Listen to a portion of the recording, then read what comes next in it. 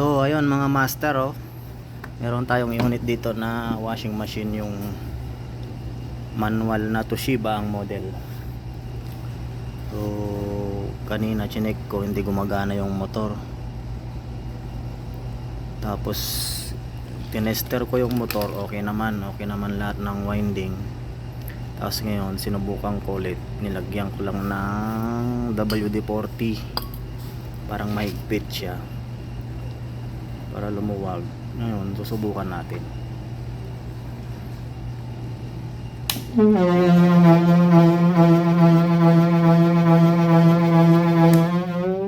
So ayun, maingay mga master.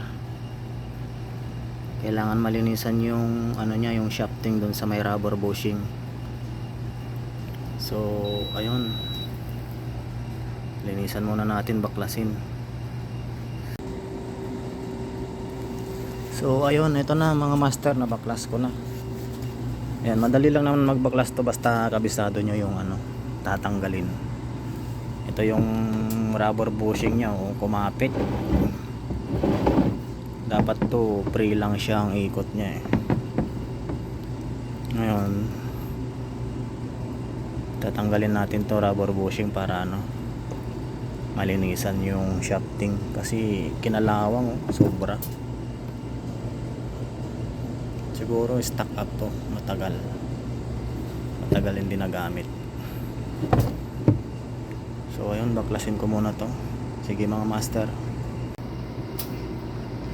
Eto na mga master, tanggal na natin. Medyo dumikit talaga. Kinalawang ng sobra. Ayan. Nakikita naman yun. Na-stock up tong spin dryer, kaya dumikit sa may bushing sa rubber, kinalawang. So ito, linisan muna natin mga master. Gawan natin ng paraan. So ayun mga master, napagdesisyonan ko na palitan na lang ito, kasi maluwag na to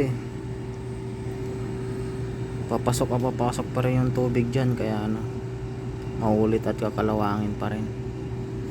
Ito na lang ipapalit natin bago. Meron tayong spare parts na bago. So ayun, kabit na lang natin. Ayun, kabit na natin. Okay na siya. Nakabit na lang natin yung motor, tapos paanda rin natin. So ayun, gumagana na siya smooth na yung gana niya. Yung isa naman ayos naman yan. Ito lang ang sira. Ayun mga master, tapos na.